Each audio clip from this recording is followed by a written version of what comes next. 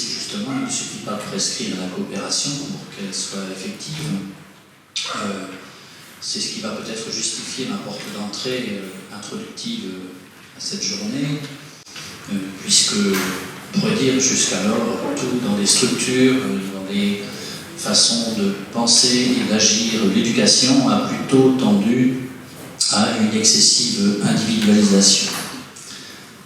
L'hétérogénéité est une thématique envahissante dans l'éducation, par laquelle les enseignants appréhendent leurs difficultés à enseigner, dans l'éducation prioritaire, bien sûr, mais aussi, ce qui nous a plus surpris, dans les quartiers chics de l'Ouest parisien, voire dans les grandes écoles qui se plaignent de l'hétérogénéité des élèves, et à tout niveau.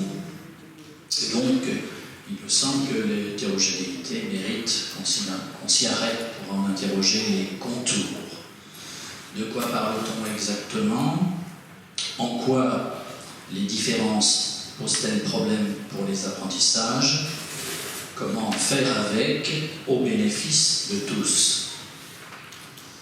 Mais tout d'abord, faisons le point sur les diverses solutions imaginées pour, selon la formule consacrée, gérer l'hétérogénéité. En effet, on aurait tort de se priver des solutions qui marchent, comme de se priver d'une analyse critique de ce qui s'avère peu opératoire, bien souvent à contre-courant de l'opinion commune. De la composition des classes à l'aménagement pédagogique, comme en passant par les différents dispositifs d'aide, bien des solutions ont été promues et expérimentées. Quel bilan peut-on en faire? En matière de réflexion et d'amorce de réflexion, la déstabilisation cognitive est toujours intéressante. Donc les différentes réponses à l'hétérogénéité, vous avez déjà pris un peu d'avance du coup, de façon furtive, juste pour s'appâter, ça nous permet de nous installer encore plus rapidement dans la logique de la chose. On a essayé de penser des choses au niveau des structures, au niveau des modalités de travail, au niveau des dispositifs, au niveau des conduites pédagogiques. On va essayer de voir successivement chacune de ces réponses. Au niveau des structures, les classes de niveau constituent une réponse à la diversité des élèves. Marcel Craé a croisé une grande quantité de recherches menées sur la question au niveau international dans une méta-analyse ambitieuse parue en 2000 dans un livre qui s'appelle « L'école peut-elle être juste et efficace de l'égalité des chances à l'égalité des acquis ». Et ça l'amène à conclure la chose suivante: la constitution de classes homogènes dans lesquelles les élèves sont rassemblés en fonction de leurs aptitudes ou de leur niveau d'excellence scolaire n'apporte rien. Et ceci est vrai au niveau primaire comme au niveau secondaire. Au contraire, on peut redouter que, hors de conditions expérimentales rigoureuses, cette pratique n'aboutisse à ce que les élèves réputés forts bénéficient d'un enseignement qualitativement et quantitativement supérieur à celui des élèves qualifiés de faibles. Stratégie d'amplification des différences qui rompt avec tous les principes d'égalité. Une note de synthèse parue sur le même sujet en 2004 dans la Revue française de pédagogie confirme dans sa conclusion, je cite, « Aucun des courants de recherche ayant travaillé sur les classes de niveau ne conclut à un gain d'efficacité de ce dispositif au niveau de l'ensemble de la population considérée dans l'étude, que l'on se préoccupe des élèves considérés entre guillemets comme bons ou moins bons. La tendance majeure qui se dégage de l'ensemble des études considérées, c'est que l'effet des classes de niveau en termes d'efficacité moyenne est proche de 0. La chose est maintenant bien connue. Plus encore, de nombreuses études ont constaté l'effet discriminant de structures et de filières spécialisées qui entérinent et enquistent les différences. Et c'est à partir de ce constat qu'on a cherché à gérer l'hétérogénéité par des formes d'organisation plus souples, notamment par des dispositifs supplétifs à la classe ordinaire.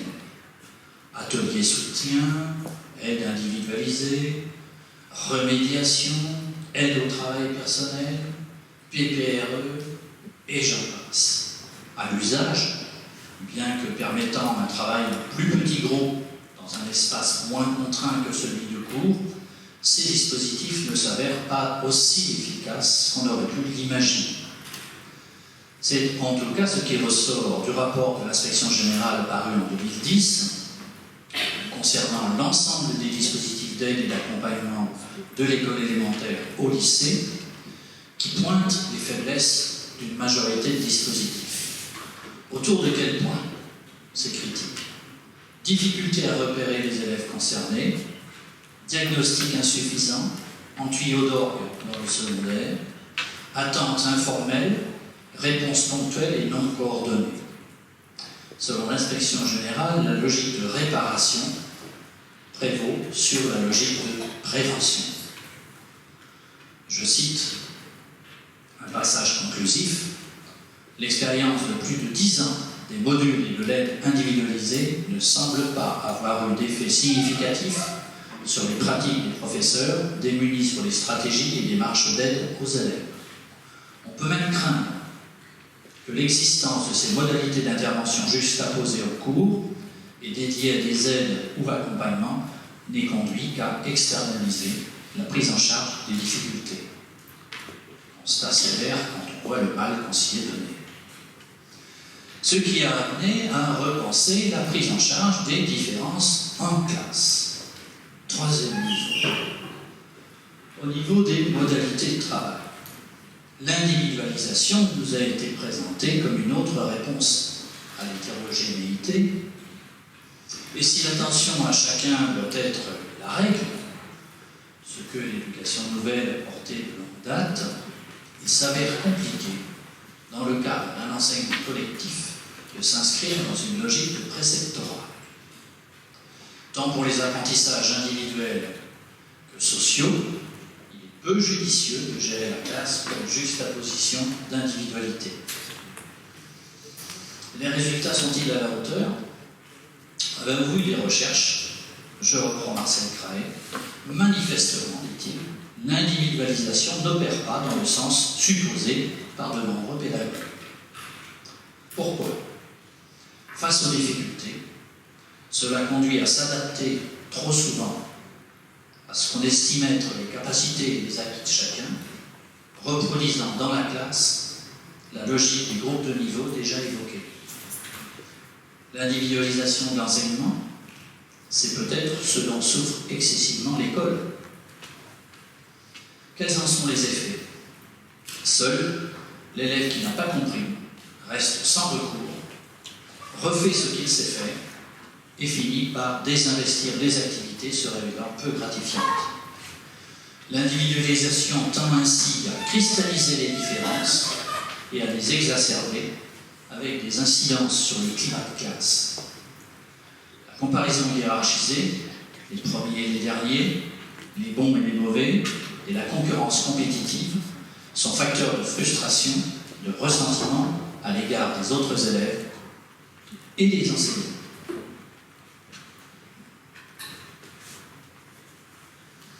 Sur le registre de la conduite pédagogique, comment l'hétérogénéité est-elle prise en compte dans les classes? Les formes dominantes de différenciation consistent à faire trois choses. Simplifier les tâches en quantité ou en complexité, ou à les fragmenter, ou bien encore à fournir une aide accrue aux élèves jugés faibles. Quels en sont les effets? Réduire l'ambition des tâches contourne la complexité des apprentissages sans jamais y préparer. Le besoin de simplification peut être sans fin avec un certain nombre d'élèves, décalant de façon croissante la nature de l'activité intellectuelle pour les élèves considérés fragiles, quand le reste de la classe continue de progresser. La conscience de ce décalage est de nature à désespérer l'élève ainsi étayé de pouvoir rejoindre un jour le peloton. Au niveau collège, les professeurs ont récemment témoigné du refus d'élèves, ainsi mis à bas régime, de faire des évaluations différentes du reste de la classe au nom du principe d'égalité. Le morcellement du travail, s'il facilite l'entrée dans l'activité et son effectuation au pas à pas, pour ceux qui manquent de confiance en eux, renforce une conception fragmentée et éclatée des apprentissages. Tous les élèves ne sont pas également prêts à opérer la synthèse de l'ensemble et à ressaisir ce qui constitue l'unité d'activité, pour reprendre le terme de Vygotsky, pour identifier l'essentiel au-delà de l'habillage et de l'effectuation de la tâche. Ainsi, guidés au pas à pas, pris par la main, ils ont effectivement fait ce qui était demandé, mais demain, il faudra recommencer, car une telle configuration d'apprentissage, réalisée sans autorégulation ni distance, laisse peu de traces. Troisième modalité d'adaptation, l'aide accrue, l'aide individualisée à l'épreuve est de nature à conforter la dépendance à l'enseignant. Dépendance à l'enseignant qui se manifeste comment lorsqu'on observe les classes, par le fait qu'on lui redemande la consigne, puis la confirmation après la troisième consigne énoncée, la confirmation de la piste engagée, monsieur, madame, c'est bien ça, c'est bien comme ça, puis d'évaluer la qualité du travail dans une totale dépossession des enjeux et de ce qui pourrait constituer la pertinence de l'activité. Sans clarté quant à l'objectif et à l'enjeu des situations, pris par la main, accompagnés complaisamment dans l'aveuglement des attendus et des critères de pertinence du travail à réaliser, les élèves sont maintenus et confirmés dans une relation d'assistanat pédagogique. C'est ce que remarque l'inspection générale en élémentaire. Je cite très souvent, l'adaptation d'activité se fait en réduisant la complexité, en diminuant la longueur du travail, voire en rognant tout un pan. Il n'est pas rare que le maître travaille à la place des enfants, qui ne font qu'exécuter des tâches successives dont ils ne comprennent ni la nécessité, ni l'enchaînement. Or, la réussite assistée n'est pas la réussite de l'élève. Ainsi que le constatent les enseignants, mais à tout niveau de la scolarité, plus on les aide, plus il faut les aider. Et voilà ces élèves que vous avez commencé d'aider, dont vous avez commencé d'étayer l'entrée dans l'apprentissage, et essayer d'accompagner au fur et à mesure, qui finit assez rapidement par décrocher d'activité dès lors que vous avez quitté le bord de sa table, et ne cesse de nous appeler à l'aide. C'est tellement vrai, et ça va tellement loin, qu'un collègue professeur de mathématiques nous dit « c'est même pire que ça ». Il n'écoute plus dans le cours de maths, attendant le moment de l'aide personnalisée. Ce sera tellement mieux dans leur relation avec tutorat. Autrement dit, ces solutions coûteuses en énergie de notre part se révèlent ruineuses finalement, puisque, comme on dit, plus ça va, moins ça va, comme si on alimentait avec ces formes de différenciation la dépendance qui est déjà excessive. Pour conclure, si l'indifférence aux différences, pour reprendre la parole de Bourdieu, ne parle qu'aux élèves qui partagent les codes et les attendus de l'école, processus de différenciation active mis en lumière par le travail du réseau RESEDA, autour de l'équipe ESCOL et d'un certain nombre d'équipes de recherche francophones. A contrario, la surestimation des différences, qui conduit à s'adapter au niveau et aux capacités présupposées des élèves, pose également problème. En effet, moduler les sollicitations, aménager les modalités de travail, c'est coûteux en préparation, mais aussi en conduite de classe, et souvent, non seulement inefficace, mais même contre-productif. Les différences initiales entre élèves risquent fort de s'accroître par le biais de contrats didactiques différenciés, qui de fait ménagent les uns et dynamisent les autres, ce que les recherches sur RESEDA d'un processus de différenciation active. Plus on essaye d'aménager, bien c'est. Comment prendre en compte les différences tout en préservant l'ambition pour tous, c'est le défi qui est aujourd'hui posé à l'école, et notamment en éducation prioritaire, mais la rectrice peut le rappeler, pas seulement, partout ailleurs. Si cela oblige à repenser les activités d'apprentissage, cela suppose aussi un renversement de la façon d'appréhender la diversité. Alors, mille excuses pour les collègues qui, notamment sur l'Académie de Créteil, ont largement travaillé là-dessus, mais il me semble qu'il nous faut réactualiser sans cesse ces outils de lecture que la recherche nous fournit. L'hétérogénéité est une catégorie sans doute trop floue. C'est un amalgame un peu indistinct et qui, faute de cerner ce qui fait la différence, nous condamne à l'impuissance, à des propositions, je le disais, coûteuses en temps et en énergie, mais peu opératoires, aux maigres effets qui risquent d'alimenter la désespérance et du côté professoral et du côté des élèves. Derrière les résultats des élèves, il nous faut chercher à comprendre ce qui les explique. Donc, un travail clé, c'est l'analyse de la nature des erreurs, au-delà de leur relevé. C'est indispensable. Le rapport d'Anne Armand et Béatrice Gilles d'octobre 2006 pointait cette difficulté, comme celui d'octobre 2010 sur les différents dispositifs d'aide et d'accompagnement à tout niveau. Les enseignants sont, je cite, insuffisamment armés pour établir un diagnostic précis. Et dès lors qu'on a du mal à établir un diagnostic précis, on risque fort de mettre en place des solutions qui sont à côté de la plaque et qui, du coup, sont de peu d'effet. Et ici, on voit bien que les didactiques, les disciplines peuvent nous éclairer, notamment lorsque la maîtrise des fondamentaux est sans doute le premier point vif sur lequel les choses s'exercent, maîtrise de la lecture, rapport à l'écriture, façon d'appréhender les mathématiques. Et donc toutes ces zones de faille des apprentissages fondamentaux peuvent être éclairées par les travaux de didactique. C'est la première porte d'entrée. Cette analyse des erreurs, sans doute, doit être croisée avec l'observation des attitudes récurrentes des élèves, quel que soit le domaine disciplinaire. Voilà un autre indicateur pour appréhender la logique des élèves fragiles.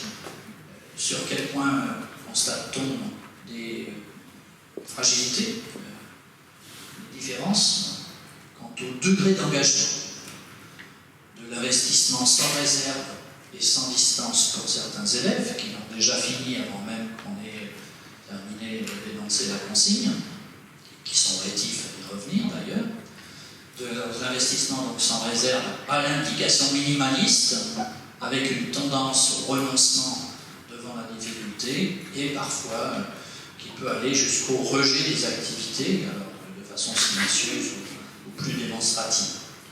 Autrement dit, ici c'est le signe qu'il faut qu'on fasse un deuil d'une mobilisation des élèves qui serait préalable. La mobilisation des élèves n'est plus un donné, mais à conquérir. Conquérir dans l'activité même. Le sens des savoirs et l'enjeu de la scolarité ne vont plus de soi dans un contexte où le diplôme ne garantit plus l'emploi. Deuxième zone de difficulté majeure, c'est sur leur mode d'implication, qui va, je le disais tout à l'heure, de l'attente passive au ready-made, de ceux qui ont déjà fini, comme si l'essentiel consistait à se débarrasser de ce qu'on a demandé de faire, le plus vite possible. Des élèves, je le disais, qui redemandent fréquemment la consigne, manière de freiner ou de différer l'entrée dans l'activité, et qui, une fois lancé, ne cessent de demander si ça va comme ça, et ne comptent que sur la validation du professeur pour progresser dans la réalisation. Des élèves encore qui ont une réticence à se relire, à vérifier leur travail, comme à rester attentifs lors des phases de correction, on les appelle. Qu'est-ce qui en résulte? On voit des acquis qui restent fragiles, des oublis fréquents de ce qu'on a pourtant vu et revu, disent les collègues, et des transferts évidemment très faibles. Autrement dit, on a là des postures et des manières de faire inadéquates qui perdurent au fil de la scolarité. Chacun aura reconnu là ce qui fait l'objet de près de 25 ans de recherche à tout niveau scolaire sur le rapport au savoir. Il n'est jamais inutile de faire un retour aux sources, et pour ceux d'entre vous, de être rares, mais qui auraient échappé, quelques illustrations de l'école élémentaire au collège.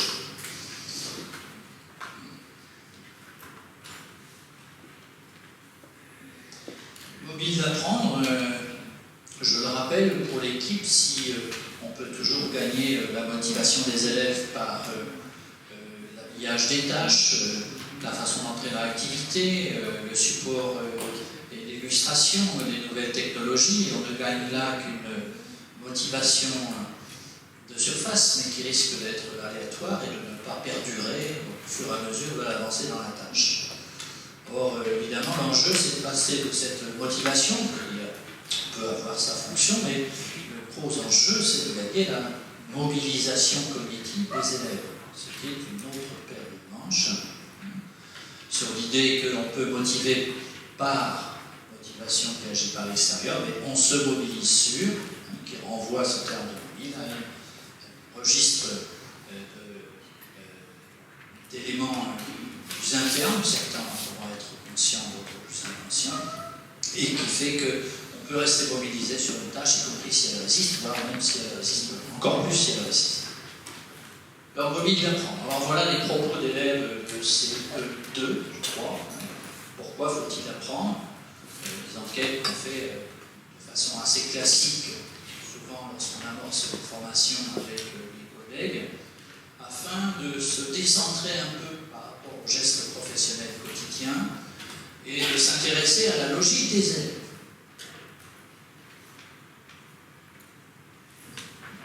Tout de suite, vos réactions montrent bien les différences.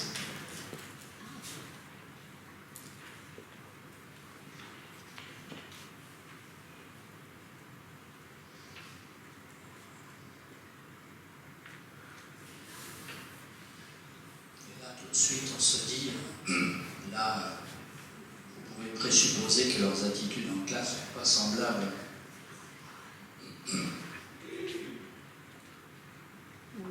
Sans doute avez-vous déjà intuitivement fait des catégories et des classements d'élèves, et des prédictions sur qui se situe plutôt pas mal dans les apprentissages, qui est plutôt mobilisé, et qui est plutôt, sans être démobilisé, en tout cas avec une présence plus restreinte, moins vive.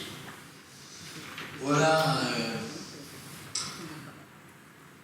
des choses que nous avons recueillies à la rentrée 2015 dans un collège des Yvelines. C'est pas notre académie, on est tranquille, c'est l'académie de Versailles. Mais ce qui nous frappe évidemment, c'est que quels que soient les établissements où les enquêtes sont faites, c'est de voir qu'on retrouve toujours un pourcentage non négligeable d'élèves qui soit ont beaucoup de mal à argumenter le sens de leur présence, qui ne réfèrent qu'à des obligations, des contraintes institutionnelles, scolaires, avoir des bonnes notes, le contrôle, passer son bac, faire de bonnes études, en vue de l'accès à un futur professionnel, à un bon métier, de réussir sa vie. Et d'autres réponses sont plutôt du côté, sans oublier sans doute l'importance de l'école, pour venir y trouver de quoi valider un itinéraire et pouvoir faire son choix professionnel ultérieur, qui ne réduisent pas le sens de leur présence, ça c'est le premier registre de mobile, mais qui renvoie à des motifs plus proprement culturels. L'école, c'est aussi l'endroit où, grâce aux outils, fréquentation des œuvres et acquisition de techniques de travail intellectuel, on va non seulement en savoir plus et en comprendre plus sur le chaos du monde qui nous entoure, mais en plus, à travers ces objets, développer notre intelligence, comprendre, développer ses capacités. Deuxième porte d'entrée de ces travaux, c'est de s'intéresser au-delà des mobiles sur les moyens que les élèves développent ou pensent devoir développer pour réussir à l'école. Et évidemment, on peut déjà présupposer que, comme nous, bien qu'ayant très fortement envie d'apprendre, si les moyens que l'on met en œuvre sont inadéquats, les échecs ou les difficultés répétées risquent fort de nous démobiliser. Quand, à contrario, toute expérience vécue comme réussite est plutôt de nature à stimuler l'envie de poursuivre et d'aller plus loin. Où en sont-ils sur ce point? On retrouve nos élèves de CE2.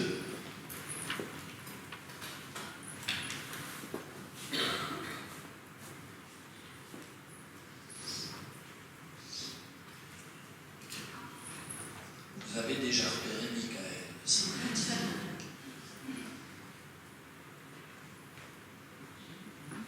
Ils ne cessent de manifester leur bonne volonté et l'envie de travailler.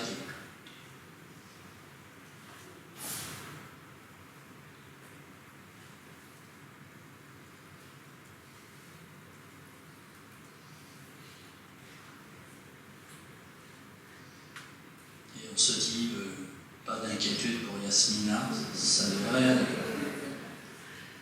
Les élèves commencent à se donner des devoirs, il n'y a pas de problème.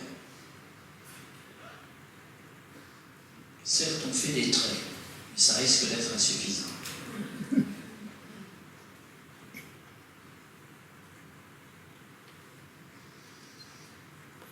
Et on passe aux collégiens, auprès de qui on recueille toujours une partie de réponse nous disant relativement peu de choses, dans un endroit calme, avec mon Walkman, couché sur la moquette, dans le silence, en écoutant la radio, enfin toutes choses qui sans doute ne sont pas fausses, mais n'évoquent que les conditions matérielles et rien sur l'activité intellectuelle. Notre grande surprise a été de constater, quels que soient les collèges, voire les lycées où on a pu faire ces enquêtes, c'est que les élèves renvoient comme technique d'apprentissage la lecture réitérée, la récitation, l'écriture, mais l'écriture pour un certain nombre de entendue comme recopie, ce qui n'est pas la même chose qu'une écriture qui va serrer un peu comme dans la prise de notes. Quand d'autres élèves disent écoutez d'abord en classe, ça ne nous étonnera pas que seuls les élèves en réussite le disent d'abord écouter en classe. Chercher à comprendre, sélectionner l'important, s'exercer, rechercher ce qui a pu être moyennement compris dans le cours et synthétiser. Je fais un petit résumé, une fiche de révision. Certains élèves nous disent en histoire, comme il y a beaucoup de données, je ferme mon livre, je ferme mon cahier, j'essaye de retrouver le plan de la leçon. D'autres nous disent essayer de retrouver la logique de la leçon, etc. Toute technique que l'on retrouve chez les étudiants, voire pour les thésards, mais la question qui nous est posée, enfin, se peut nous poser, c'est mais où ont-ils appris cela? Et en termes d'apprentissage, étant suffisamment vigilant au quotidien à spécifier la nature du travail qui est requis en matière de travail personnel. Le travail en extérieur de la classe n'est pas indifférent à ce qui se passe dans la classe. Qu'est-ce qui est sollicité? Alors on a fait le coup plusieurs fois à des collègues lors de stages dans le secondaire, en demandant aux collègues, avant même de dévoiler les résultats des enquêtes élèves, lorsque vous donnez la consigne apprendre une leçon, qu'en attendez-vous? Chacun griffonne sur le papier, certains ont le crayon en l'air, et lors du tour de table, les uns disent moi j'attends qu'ils mémorisent, et puis d'autres moi j'attends plutôt qu'ils comprennent, et puis certains disent ça dépend des fois. Et la question redoutable, c'est lorsqu'on renvoie est-ce que vous prenez soin de le préciser aux élèves? Et là, chacun regarde son voisin et se dit, ben, finalement, c'est peut-être pas si clair. On est là sur un morceau majeur de ce qui fait sans doute problème dans notre métier, on y reviendra sans doute, l'excessive relation d'évidence que l'on a à l'égard des objets, des contenus, des techniques de travail requises dans chacune de nos disciplines. Alors, pour avancer, si on essaie de synthétiser ce qui différencie les élèves, depuis la maternelle, puisque les travaux sur ces 25 ans ont commencé en maternelle, se sont poursuivis jusqu'aux classes de lycée, et certaines études se font, y compris au niveau de l'enseignement supérieur. Et ce qui frappe, c'est la récurrence de ce qui fait différence, encore une fois, d'une différence qui est intéressante en tant qu'elle transcende les appartenances sociales, puisque vous savez que les études originelles sur une comparaison du public socialement et scolairement contrasté, des élèves de Saint-Denis-la-Courneuve en éducation prioritaire d'une part, et des élèves de classe germaniste de Massy-Palaiseau d'autre part. Et ces études montraient que le rapport au savoir des élèves, des bons élèves, voire de brillants élèves de Saint-Denis-la-Courneuve, il y en a en éducation prioritaire, ressemble furieusement à celui qu'on trouve de façon plus importante sur les classes de journalisme de Massy-Palaiseau et à contrario pour les élèves plus fragiles. Ce qui frappe donc, c'est que le sens de la scolarité pour les élèves fragiles est tout entier inclus, restreint à une école conçue comme un passage obligé, voire contraint, comme dit un élève de CP, pourquoi venir à l'école? De toute façon, tu es obligé, c'est plus les vacances. La chose est dite, ouais, quand les élèves s'expriment comme ça, ils disent très très fort ce que d'autres leur français tout bas. Ou maman m'a dit qu'elle aimerait que, et là on appelle ça évidemment des motifs externes. On voit bien l'importance de la mobilisation des parents à l'égard de la scolarité de leur enfant, mais en même temps, on sent que cette premier registre de motifs doit trouver d'autres registres plus personnels pour faire face aux difficultés que les apprentissages ne vont pas manquer de mettre devant des élèves. Avoir des bonnes notes, réussir les contrôles, avoir des diplômes, passer en classe supérieure. Comme dit un type maternel, tu vas à l'école, tu apprends bien, tu passes d'une classe à l'autre, tu as un bon métier, tu te maries et tu as une belle vie. Voilà. Donc, on a là un passage extrêmement bien. Les savoirs, du coup, dans cette logique d'instrumentalisation de l'école, ne sont investis que s'ils sont utiles. Et sans doute que la récurrence des à quoi ça sert, monsieur et madame, ce qu'on fait là aujourd'hui, renvoie à ça. Hein, des élèves qui n'acceptent d'investir que ce qu'ils jugent utile, avec des savoirs qui sont par ailleurs conçus comme des objets extérieurs à soi. Et évidemment, ça va avoir des incidences sur la façon de se positionner dans les apprentissages. Si les savoirs sont extérieurs et s'ils ne valent qu'à l'école, ce que pensent les élèves, il n'y a pas raison de beaucoup les investir, hein, comme rapporté il y a une quinzaine de jours à un collègue de l'élémentaire sur un REP sur Saint-Pierre-des-Corps. Un élève m'a dit, moi, la lecture, on n'en a pas besoin. Hein, et ça sur la base de l'expérience des adultes qui l'entourent. Ou cette petite africaine qui me dit, moi, l'écriture, j'ai pas besoin d'apprendre parce que j'ai une très bonne mémoire. Hein, on voit bien comment au savoir et à la scolarité, il est aussi marqué par tout ce que les enfants ont pu vivre, entendre, expérimenter avec leur entourage.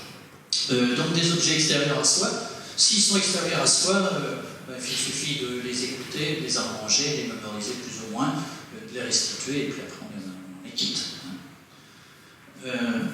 Alors, si on revient sur nos élèves, vous voyez, pour passer au CM1, c'est tout, sinon je vais régler, passer dans toutes les classes et avoir un travail. Voilà où se situe. Les collégiens nous disent ça en 6e, en 5e. Le contrôle, la leçon, réussir son bac, son brevet, faire le métier qu'on veut. Voilà. Satisfaction personnelle quand on a une bonne note. Quand d'autres élèves, ceux qui sont de l'autre côté de la barrière scolaire, sont des élèves qui ont compris que ce qu'on apprend à l'école, les objets de savoir, les activités qu'on y mène, sont des sources de développement culturel et symbolique. Ça permet, comme disent les plus jeunes, de grandir.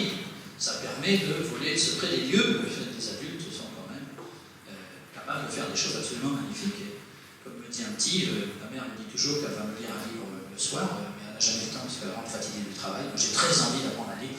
Comme ça, je pourrais lire des livres tout seul. Et j'ai plein de livres chez moi, il y a plein de trucs intéressants dedans. Bon, voilà.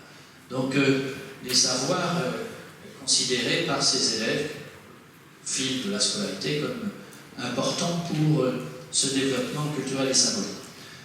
Avec une valeur qui est autre que une valeur des savoirs perçus comme objet à investir en tant qu'il éclaire sur la façon dont le monde s'organise, peut être pensé, repensé, avec cette expérience quand même à chaque fois inédite, peut s'apercevoir que savoir, c'est toujours mettre en péril, en question, remanier ce que je croyais savoir. On y reviendra sans doute. Parmi les résistances des élèves, c'est moins ceux qui ne maîtrisent pas que ceux qu'ils croient déjà savoir sur l'objet, qui fait obstacle. Comment faire avec, pourquoi les contre. Donc des savoirs considérés importants, disent ces élèves en réussite, qui du coup méritent qu'on les investisse d'une autre manière, de façon à pouvoir se les approprier de façon durable, puisque c'est le troisième volet. Alors, voilà, apprendre plein de choses qui me serviront plus tard, savoir plein de choses, savoir pour grandir. Évoquer le métier, mais non pas en termes de pouvoir accéder au bon métier, mais en termes de pouvoir choisir ce qui nous plaît. Pas tout à fait exactement le même rapport au devenir. Sur le rapport à l'apprentissage, ce qui caractérise les élèves fragiles, c'est qu'ils sont scolairement fragiles, c'est qu'ils sont souvent dans un rapport du tout au rien en matière d'apprentissage. Je ne sais pas, je peux pas.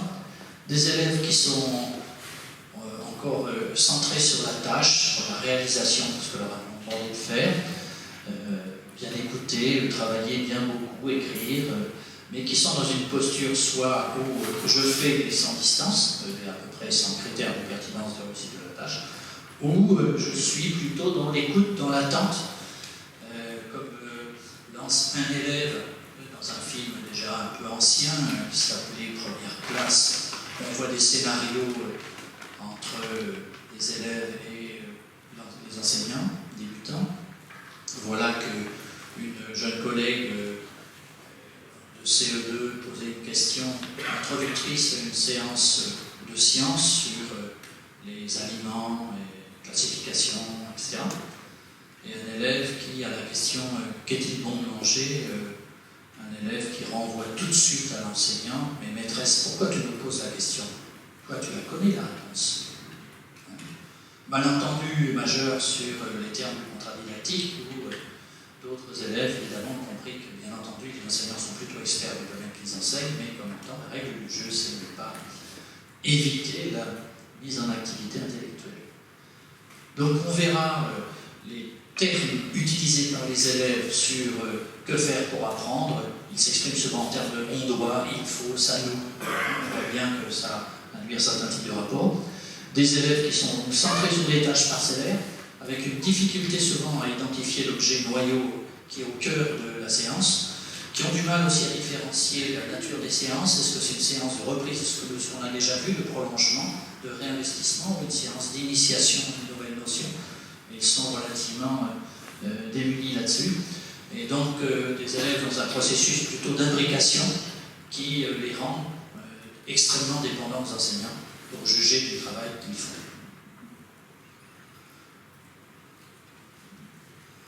Il faut, on écoute, il faut travailler, on se fait aider, on fait. Le on,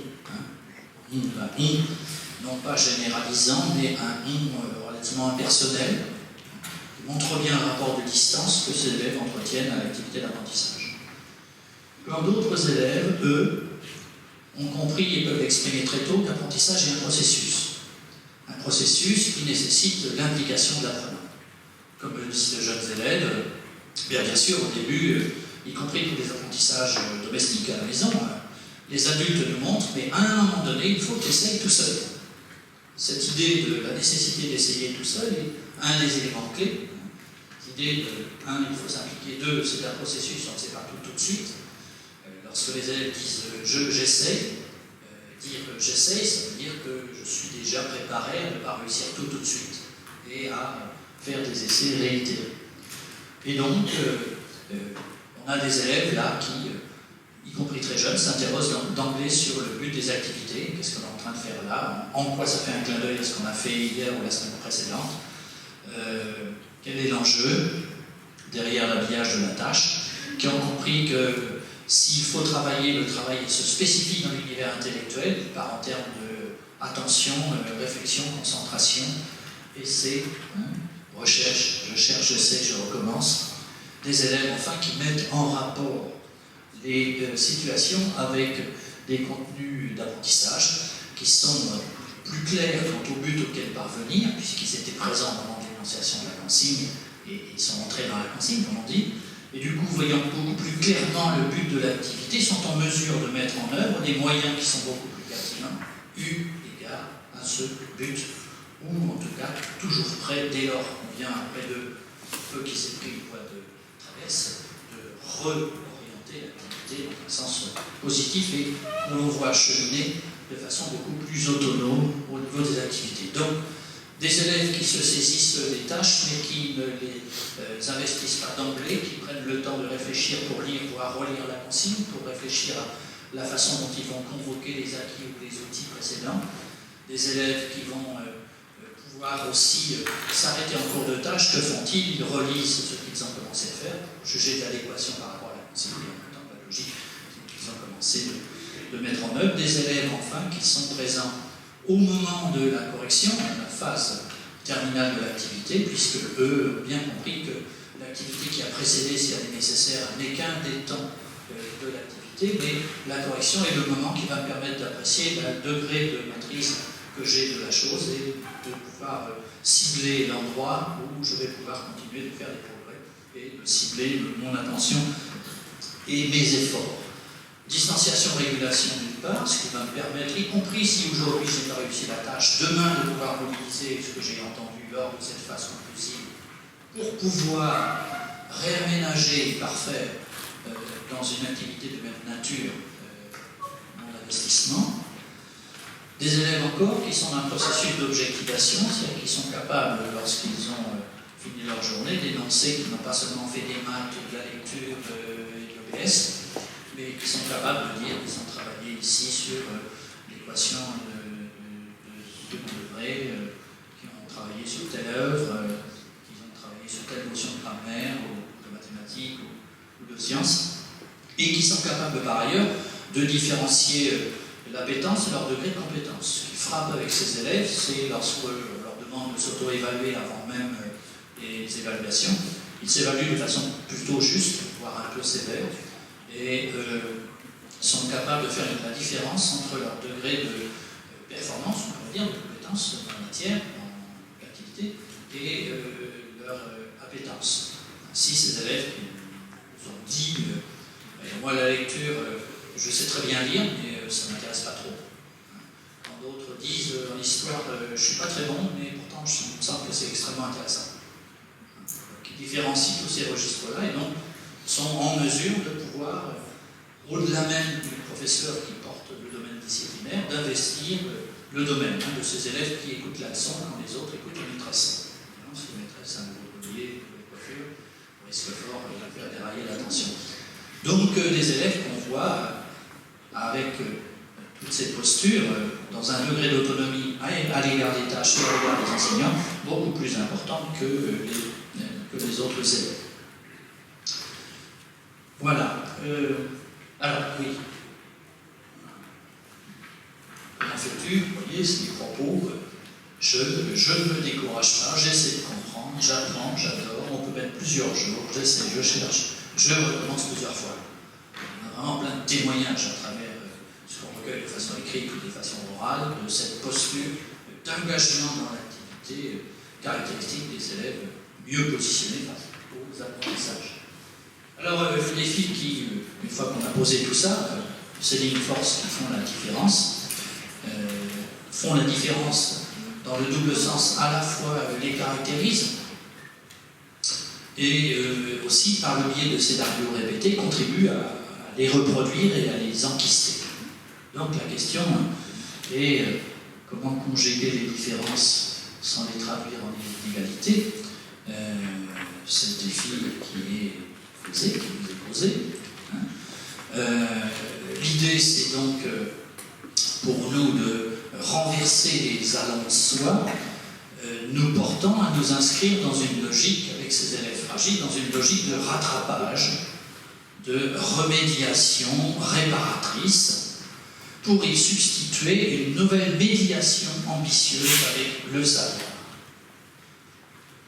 Rebrasser les cartes, au lieu d'être perpétuellement dans un traitement en aval, on pourrait dire, une fois que le mal est fait, c'est préparer et décoper un bateau qui ne cesse d'avoir un trou dans la coque, plutôt penser intervenir en amont, au moment même aussi ici des notions. Ça suppose une double rupture.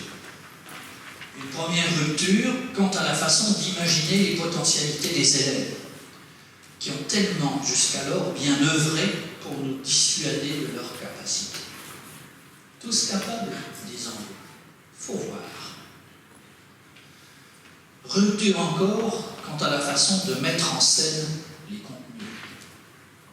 Je le disais, le plus difficile pour les professionnels, c'est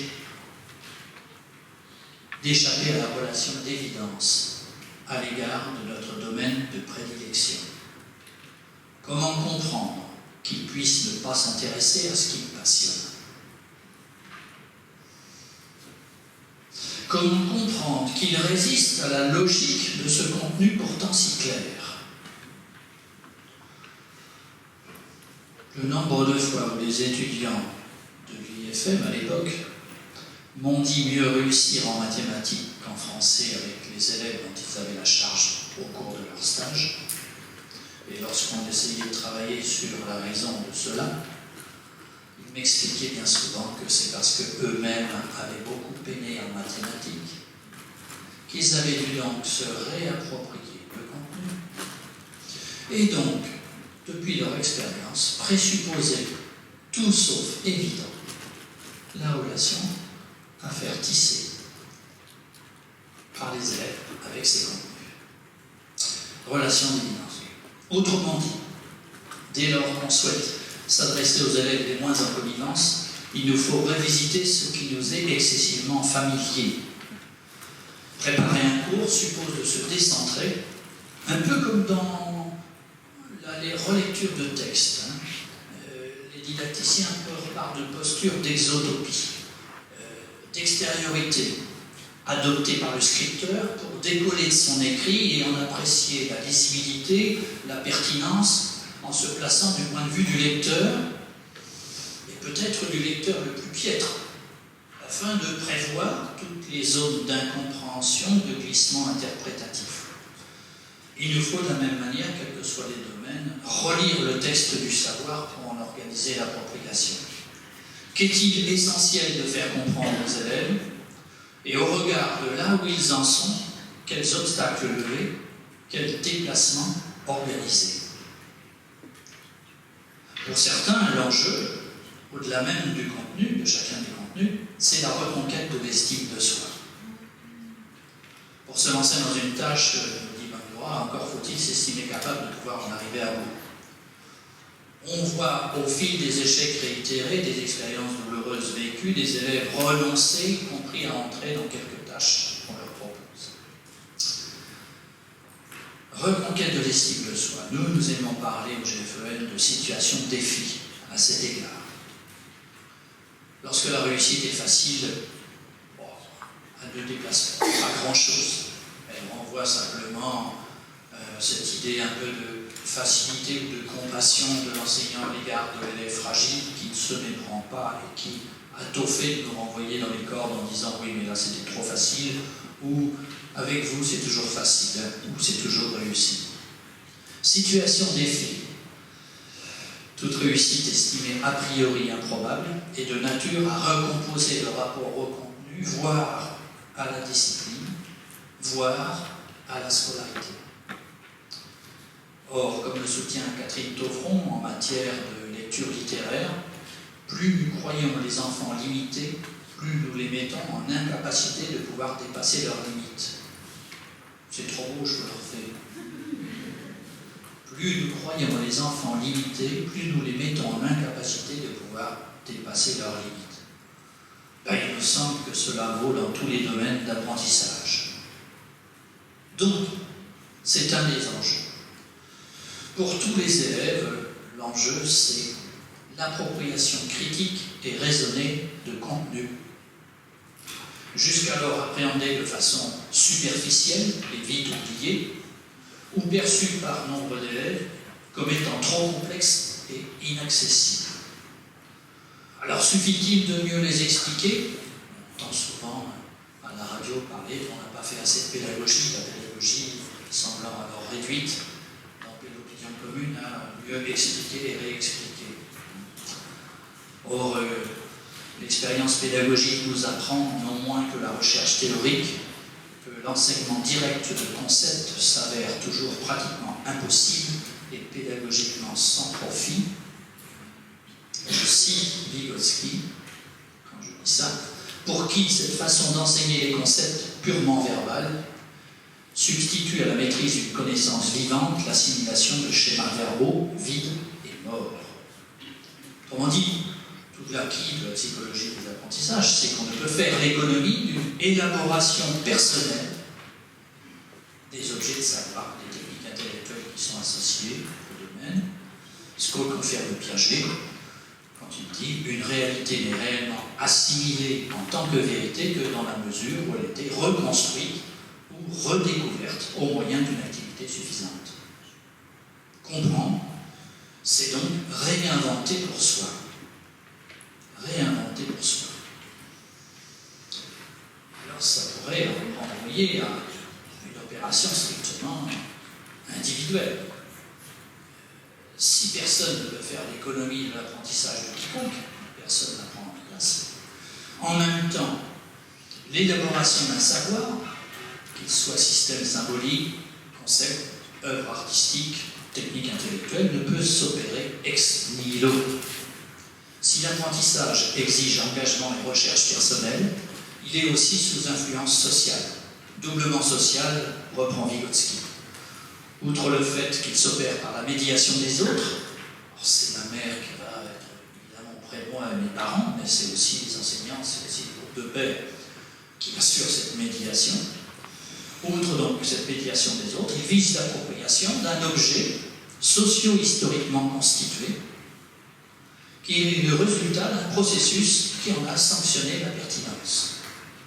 Aujourd'hui, si les programmes sont ce qu'ils sont, si les notions et les concepts sont ce qu'ils sont, ils ne sont que la meilleure réponse que l'humanité a jusqu'alors trouvée pour répondre aux défis qui étaient posés.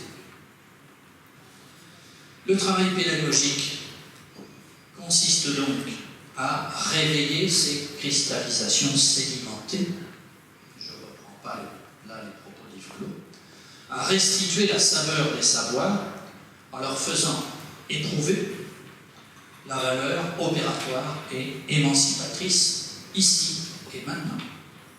Penser l'hétérogénéité non comme obstacle, mais comme condition, comme tremplin pour accéder à une compréhension partagée, c'est un renversement impensable, disent les collègues. Impensable tant qu'on ne l'a pas expérimenté et d'abord vécu pour soi-même. Chercher pour apprendre, coopérer pour apprendre, cela se juge sur pièce. Et c'est ce à quoi nous vous convions à travers les ateliers qui vont vous être